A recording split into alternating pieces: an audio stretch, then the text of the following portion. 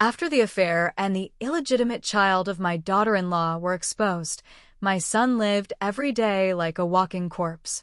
He wanted a divorce, but I wouldn't allow it. I still served my daughter-in-law and grandson well every day with good food and drink.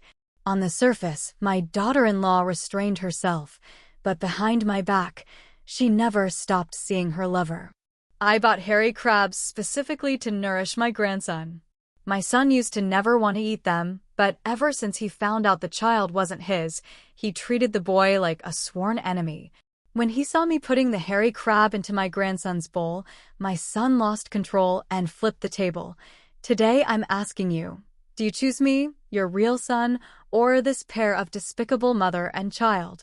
Daughter-in-law Diana covered her mouth and cried, "Mom, I'm sorry I did something wrong. I will always remember the kindness you've shown me.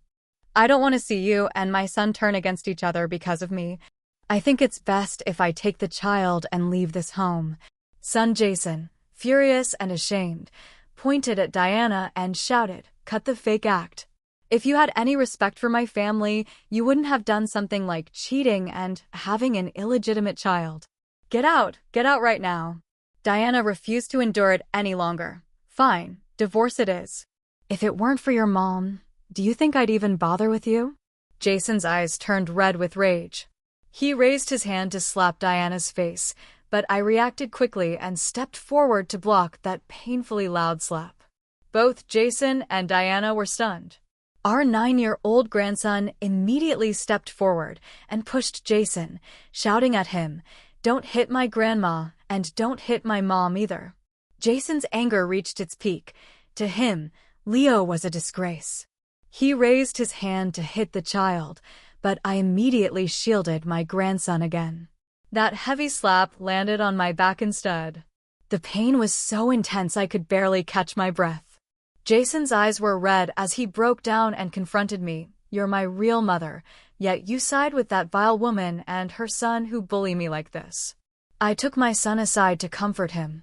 He refused to face me with his swollen, tear-streaked eyes, turning his back the entire time.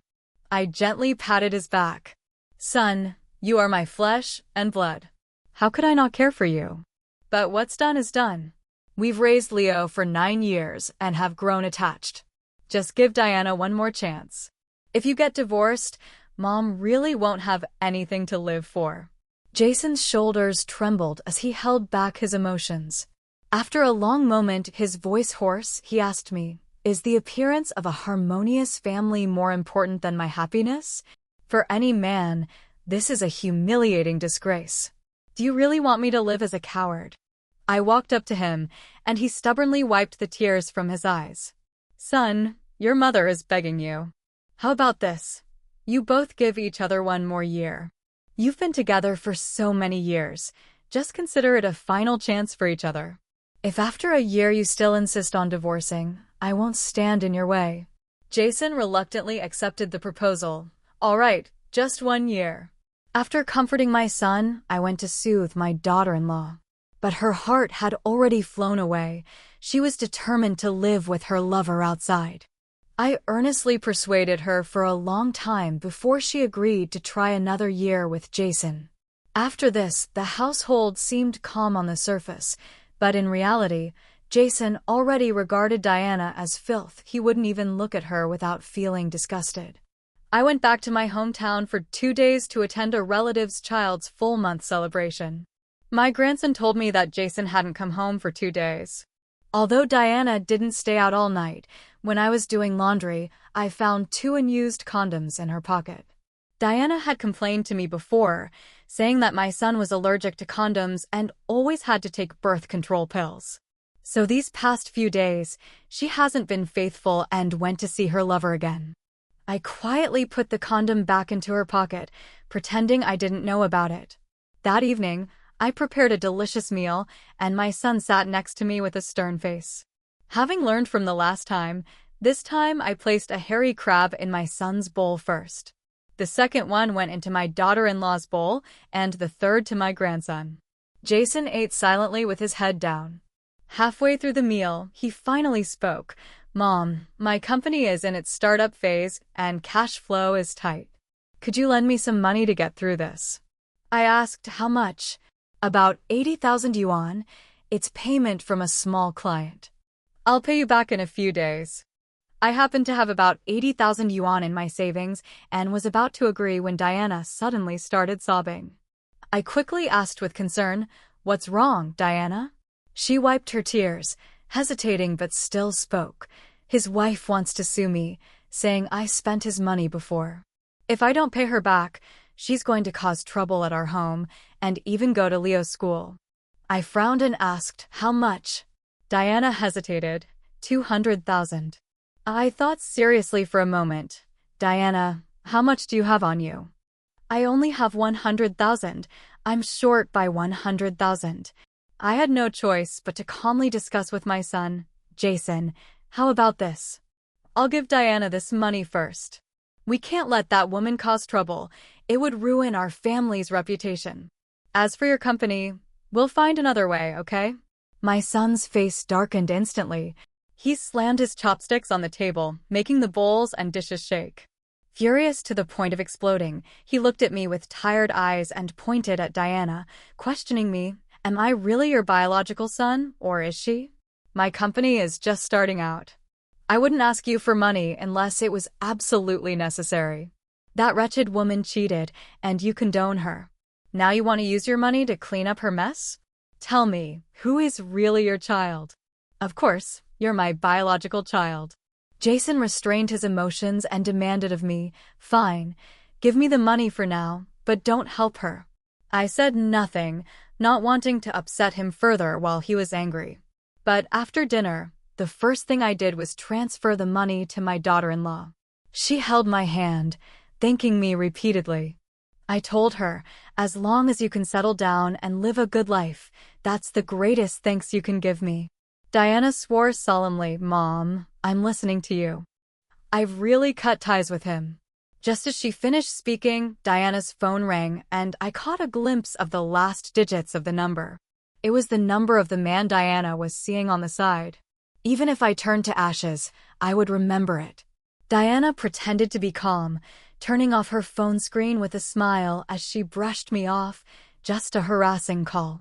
I feigned ignorance and smiled faintly. "I'll go wash your underwear. You should put Leo to bed early."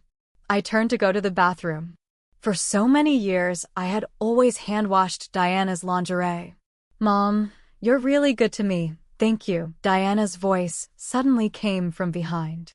I turned and smiled kindly at her, but as I turned back, my smile grew a little colder. Later, when my son found out that I had given the money to Diana, he was so angry that he ignored me for days. It wasn't until I personally made him a down jacket that he softened and calmed down.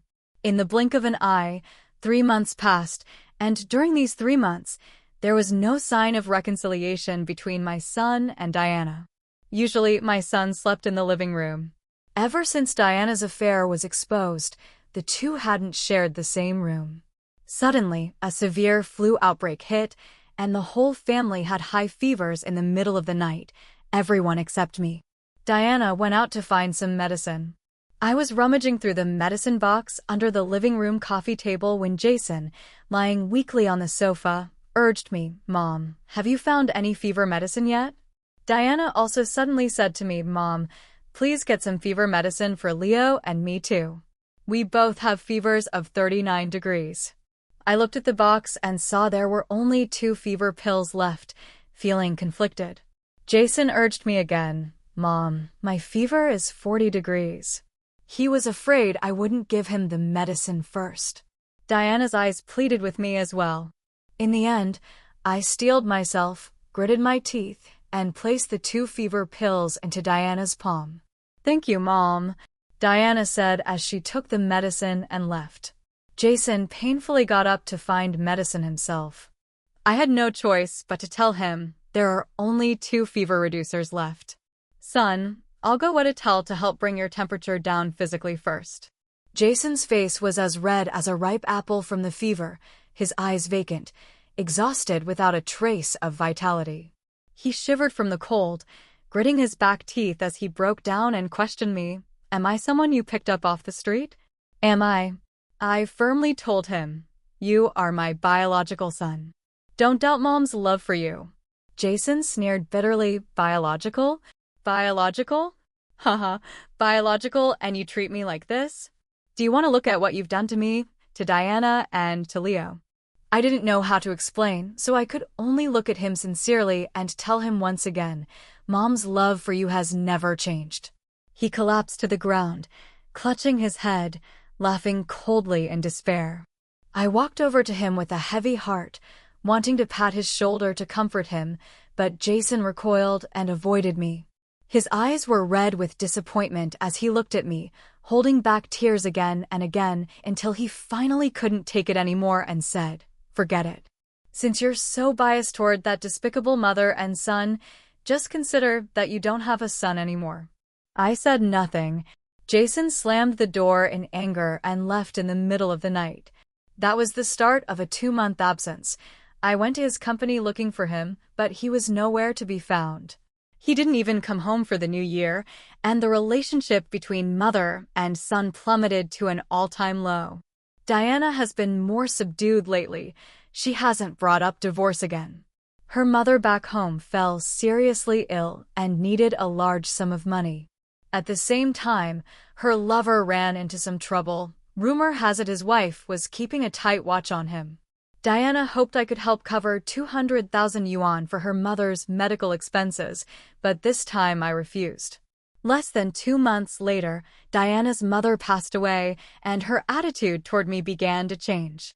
At first, she wore a sour face, then sarcastically said that all the kindness I had shown her before was just fake. Later, she started cursing loudly. The insults were harsh, calling your son a good-for-nothing, saying he deserved to have a vast prairie on his head. She said, you and your son are both scum. Me marrying into your family was purely because your ancestors lit incense for good luck. With a family like yours, even a dog couldn't find a wife, and only I was blind enough to be fooled by you. I usually ignored her and let her rant. Until one day, I was holding the hand of a child who looked exactly like Leo while shopping at the supermarket. She was holding Leo's hand, and the 4 of us locked eyes. At that moment, she was stunned beyond belief. It seemed some things were finally ready to be settled. Diana stared at Ethan beside me for a long time, then looked at Leo next to her, utterly convinced the two looked identical. She asked me in disbelief, where did this child come from? Ethan looked up at me curiously and asked, who are Grandma and Grandpa? Then he pointed at Leo and asked, why does he look just like me? The moment Diana heard the word grandmother, she instantly flew into a rage, pointing her finger at my nose and demanding once again, what's going on? Where did this child come from?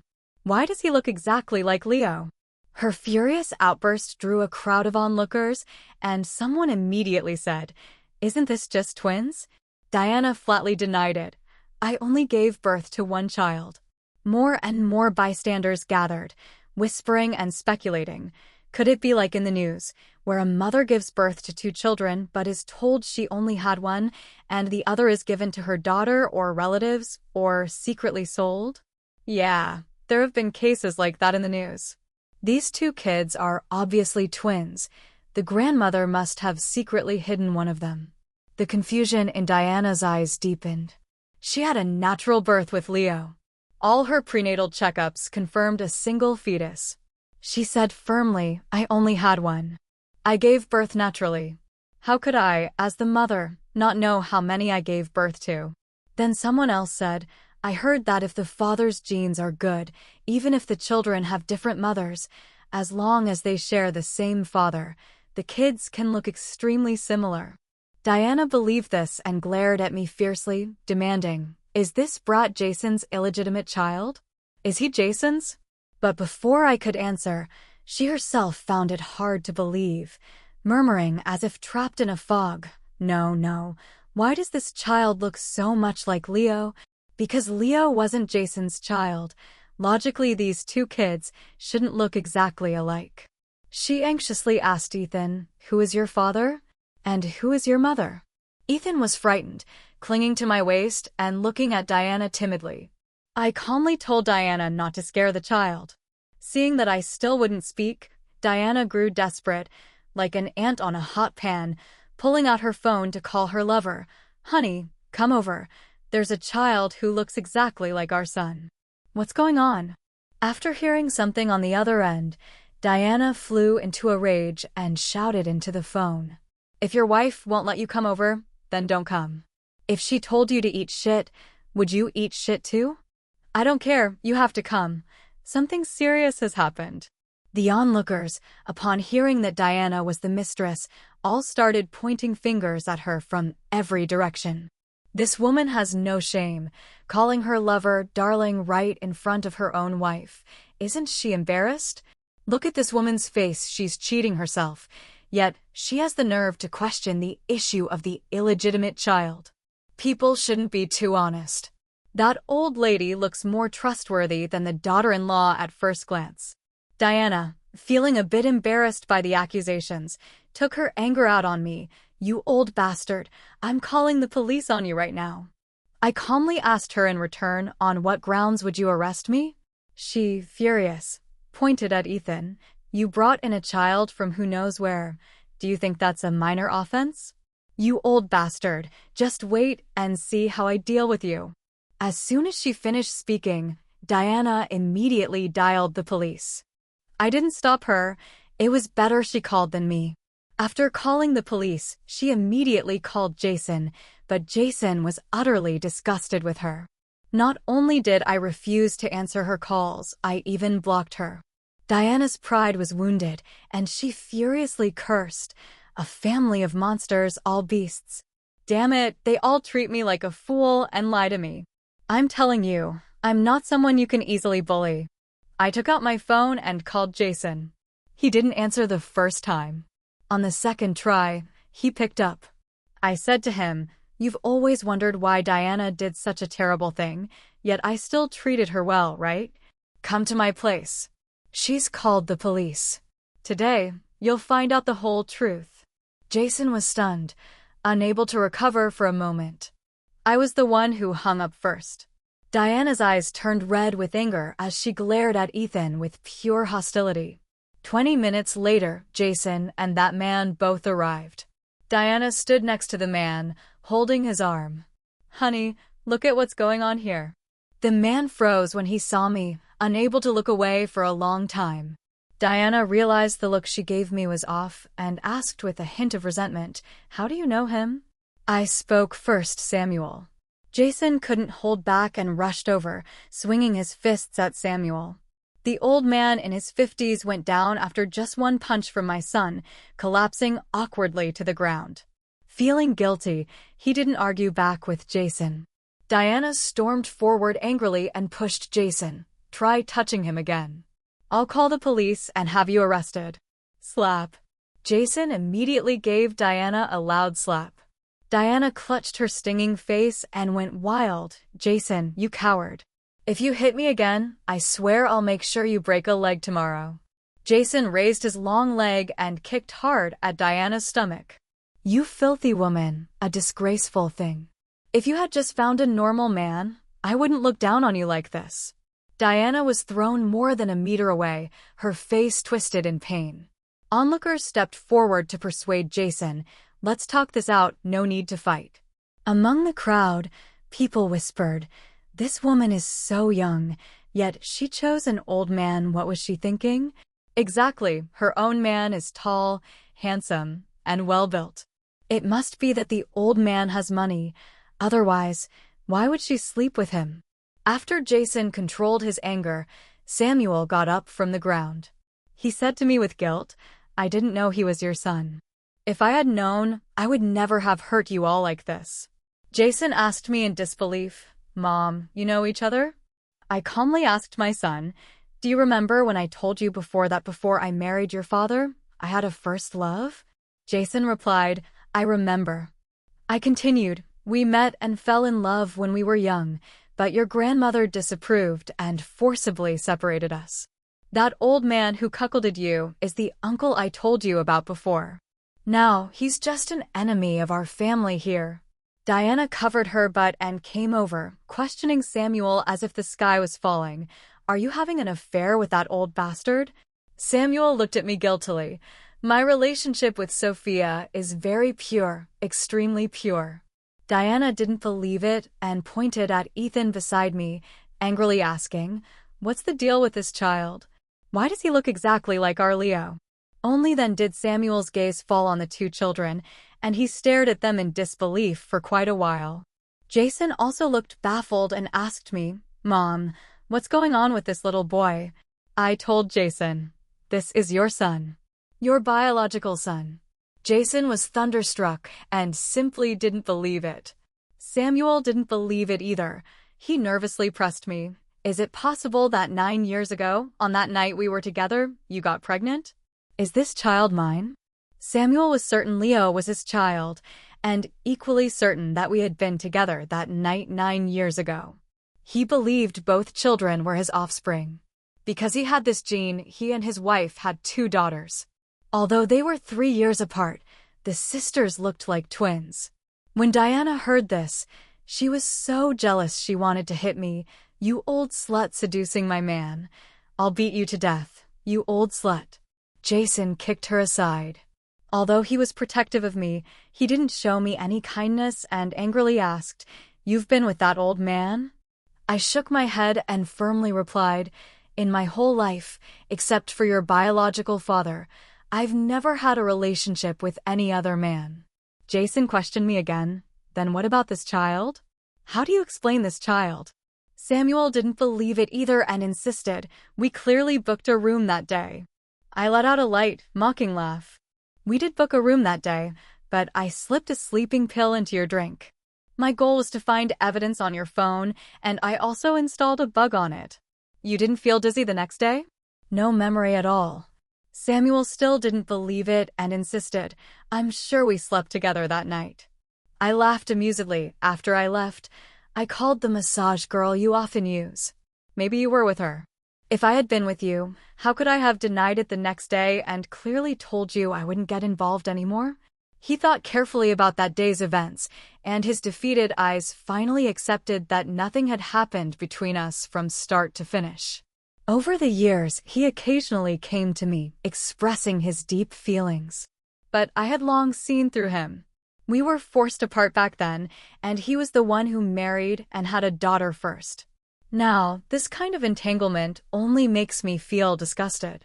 I firmly told Jason, "Leo and Ethan are both children of our Pei family. Both are your biological sons." Jason interrupted me excitedly. "Impossible. What nonsense are you spouting? How could they possibly be my sons? Are you trying to trick me into reconciling with Diana?" I stared into Jason's eyes and asked, "Don't you remember Lynn?" Jason froze, staring at the 2 children in disbelief. At that moment, the police arrived. "Who reported this? What exactly happened?" Diana got up from the ground, agitated, and said, "Officer, she somehow brought a child who looks exactly like my son. I'm certain my son is my biological child, and I only gave birth to 1 child." Samuel immediately stepped forward to smooth things over. "Sorry, officer. This is just a family matter we can handle ourselves. Thank you for your trouble." Diana was displeased and confronted Samuel. "What do you mean by that? Are you siding with that old woman now? Do you still think that child is yours or not?" Samuel, annoyed by her questioning, shouted, "Get lost." Diana cried loudly, hitting him. "Are you fair to me? I gave you my all, but you can't stop thinking about that old woman." I sternly scolded Diana. "Don't expect anything good to come out of your mouth. Just because you're lowly doesn't mean I, this old woman, am also lowly." Jason pressed me. "Mom, what did you mean just now?" I told him the truth. Leo and Ethan were both born to Lynn. When you divorced, Lynn was already pregnant. Diana angrily retorted, "You're talking nonsense. My son is my own flesh and blood." Jason asked skeptically, "Didn't Lynn die early on?" Lynn was Jason's first wife. They were very loving at first, but later Jason got involved with Diana, and their once happy family fell apart. After the divorce, Lynn found out she was pregnant with twins, but unfortunately, She was also diagnosed with late-stage cancer. I urged her to terminate the pregnancy and focus on treatment. To pay for her care, I even secretly sold another property. But she refused, saying that late-stage treatment was unlikely to succeed, and since she was carrying twins, their arrival was fate. She wanted to let life continue, so she insisted on giving birth to the children. At that time, Diana had just given birth, so I started thinking about the two children. I told my son, the child Lynn had before she died, if you don't believe me, you can do a paternity test. These two children are 100% yours. Diana frantically questioned me, you old bastard, what nonsense are you spouting? If that child belongs to that slut Lynn, then where's my child? Where did you take my baby? I stared at Diana's angry face and retorted, don't you remember? 9 years ago, I brought home a child, saying I found him outside. You immediately sent that child to an orphanage. Maybe your own son is in that orphanage. Diana was struck as if by thunder, nearly unable to breathe. After a few seconds, she broke down, crying wildly and accusing, you old bastard, you must have deliberately swapped the children. You switched their bags and clothes on purpose to confuse me, didn't you? Of course, I wouldn't admit it. I said lightly, I think you're out of your mind. At that time, I didn't even know the child you gave birth to was illegitimate. How could I have swapped them? You mistakenly sent your own son to the welfare home. This is your karma. Actually, the day before Diana gave birth, I accidentally overheard her telling Samuel, now that I'm married, I've found a father for your son. I know you can't divorce because of family interests, but as long as you have me in your heart and give us living expenses every month, I'll be satisfied. At that time, Lynn's child had just been born, and I decided then to swap the two children.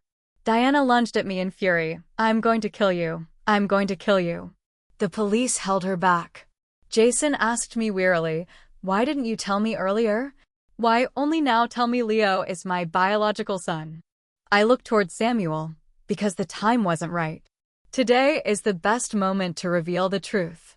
The crowd grew larger, with murmurs and whispers, and someone even recorded a video and posted it online. Oh my God, this mother-in-law is really holding back. If it were me, I would have lost my temper and confronted them long ago. Old men are really shameless. Since they can't get the older woman, they go after the daughter-in-law to annoy the whole family. The woman is also bringing this on herself. If the son isn't hers, her own child might not even know if he's alive or dead. She's just courting disaster. Samuel felt humiliated. Upon learning that the two sons weren't his, he tried to find an excuse to slip away. This is your family matter. As an outsider, I won't get involved. A woman mocked him. You're still an outsider, huh? You know you're an outsider, yet you slept with their daughter-in-law for so many years. These words utterly shattered Samuel's dignity. He lowered his head, about to leave. I called out to him, if you leave, who will the police arrest and imprison? Samuel turned around, shocked, and looked at me. The police asked me, what exactly happened? I pointed at Samuel and said firmly, I want to report that Samuel ran over Daniel with his car 12 years ago. Daniel was my husband. Although our marriage was arranged by our parents, we treated each other with respect and our relationship grew stronger over time. I never expected him to die at Samuel's hands. Samuel's eyes flickered, but he kept his composure and showed no sign of guilt. Sophia, what nonsense are you talking about? Do you really think I'm that kind of person? His gaze still held the affection of old times. I met his eyes and, word by word, exposed him. 9 years ago, I went to the cemetery to visit Daniel and happened to see you there. I heard you say with my own ears that you were driving a stolen car when you hit Daniel. You thought that once he was dead, I would cast aside my morals and rekindle our past with you. But you didn't realize that what's lost is lost. Even though he's gone, I will never turn back to you. Don't you think you're ridiculous? Clinging to a youthful first love on one hand, while your home remains stable, but you're out gallivanting on the side. If I say you're unfaithful, you still harbor illusions about me. If I say you're loyal, you've been cheating for years. None of that matters to me. What matters most is that you must pay for my husband's life. I pulled out my phone and found the recording from years ago when I had captured Samuel's words on camera. Daniel loved filming, so every time I visited him, I would take many photos to share with him. It was because of this habit that I recorded what Samuel said back then. I showed the video to the police, and only then did a flicker of panic appear in Samuel's eyes. The police compared the person in the video to Samuel and confirmed it was him. The case had been under investigation for a long time back then because there weren't many road cameras, and the driver had just managed to avoid all the blind spots, so they couldn't track down the culprit. Samuel feigned calm and denied, "I was just venting at the time. I said those things to provoke him, but I didn't do this." I gave him a mocking smile. "I already guessed you'd deny it like this, so I didn't expose you back then. I know you too well. You're capable of killing one person, then a second, and even doing other terrible things. That's why I treated Diana well to lower her guard." Later, I planted a bug on her phone and a pinhole camera in her car. "I've clearly documented how you made your fortune and how you recruited your downline. Under current laws, the amount of drugs you and Diana trafficked is enough to sentence you to death." I took the phone back from the police, found the evidence I had organized, and showed it to them. Diana panicked and denied helplessly, "I didn't do anything. It's this old bastard framing me." Samuel stared at me silently for a long time. I thought he must be regretting being so obsessed with me. The crowd gathered was too large, seriously disrupting the supermarket's normal operations, and all around were voices cursing Samuel and Diana. Heaven is so cruel to this pair of scoundrels. After doing so many bad things, such villains deserve to be struck by lightning. That woman is not at all decent. If she were even a little bit decent, life with such an in-law family would be so much better. She's utterly heartless. The police took all of us back to the station for further questioning. At that time, I still didn't know this matter was spreading like wildfire online. After arriving at the station, the police reviewed all the evidence and immediately slapped silver handcuffs on Samuel. He knew he couldn't escape and didn't bother to argue. He insisted on asking me, "All these years you didn't expose this. It was to save your grandson, right?" He guessed correctly. When Leo was 5, he was diagnosed with chronic nephritis and needed a kidney transplant. Jason, Diana, and I all failed to match. Diana told Samuel about this, and Samuel had always believed Leo was his biological son, so he secretly did a compatibility test. Unexpectedly, Samuel matched with Leo and anonymously donated a kidney. I didn't deny it. I bluntly told Samuel, "Yes, just as you think." Samuel sneered bitterly. "So it turns out I'm the biggest fool, raising someone else's son all this time." Diana's eyes welled with tears as she screamed hoarsely at me, "You old bastard, where's my son? Where's my son? If you don't give him back to me, I won't rest even as a ghost." I sneered mockingly, "I'll be waiting for you to become a ghost." The police routinely questioned Diana, "When did you and Samuel get together?" Diana calmed herself and began to explain slowly, "Back in college, my family was poor and tuition was a struggle. He supported me, so we stayed together. I had no idea that old bastard was his first love. I knew nothing." She wept bitterly, begging the police, "I'll confess to whatever you want. Please help me find my son. My son was abandoned by that bastard, and she broke the law too. Please, catch her quickly." The police asked, "Do you know the whereabouts of that child?" I answered with a clear conscience. Back then, she personally sent her son to the orphanage. The orphanage should have records. A couple of years ago, I went to the orphanage to see that child. I heard he had leukemia, but I don't know if he's still there. You can go check. Diana glared at me like a predator. "Sophia, I'm going to kill you, you poisonous woman. You've ruined all of us like this. You won't die a good death. May lightning strike you down." I looked at her calmly. "No, it's you who won't die a good death now." She was so agitated she was about to rush out and beat me to death. The police detained both Diana and Samuel. For now, there was nothing more involving Jason and me. We went home first. The first thing Jason did was take the two children for paternity tests. When the reports came back, they showed that Leo and Ethan were both his biological children. He immediately held the two boys and wept uncontrollably, repeatedly saying to Leo and Ethan, "I'm sorry, I'm sorry." It was Dad who failed to take responsibility. He also knelt down and apologized to me. "I'm sorry, Mom. I misunderstood you. I shouldn't have doubted your love for my son." I helped him up and gently hugged him. "It's okay. From now on, as long as our family is well, that's all that matters." After going through such a huge ordeal, Leo shut himself off. I took him to see a psychologist for a while before he started to improve. Ethan was raised by a nanny hired since childhood and had no emotional bond with Jason. The relationship among the three men was polite but distant. Later, with my gradual mediation, their bond slowly improved. 6 months later, Samuel and Diana were sentenced to death. The day before their execution by firing squad, she wanted to see Leo. After all, she had raised Leo like her own son and had feelings for him. I couldn't make this decision for Leo, so I told him about it. After much hesitation, Leo said, "I'll go see her." I accompanied Leo there. He was inside, and I stood outside behind the transparent glass. The time spent in prison had left Diana a completely different, broken person. She approached Leo calmly and smiled at him. "Are you still willing to recognize me as your mother?" Leo remained silent, weighed down. Diana gave a bitter smile. "I raised you. I am your only mother. If you feel grateful to me, then go to the orphanage and help me find my son." "That would be your way of repaying me."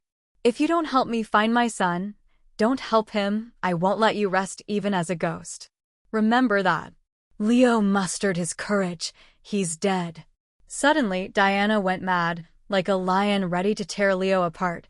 "You little beast, who do you think is dead? I'll make sure you die right now."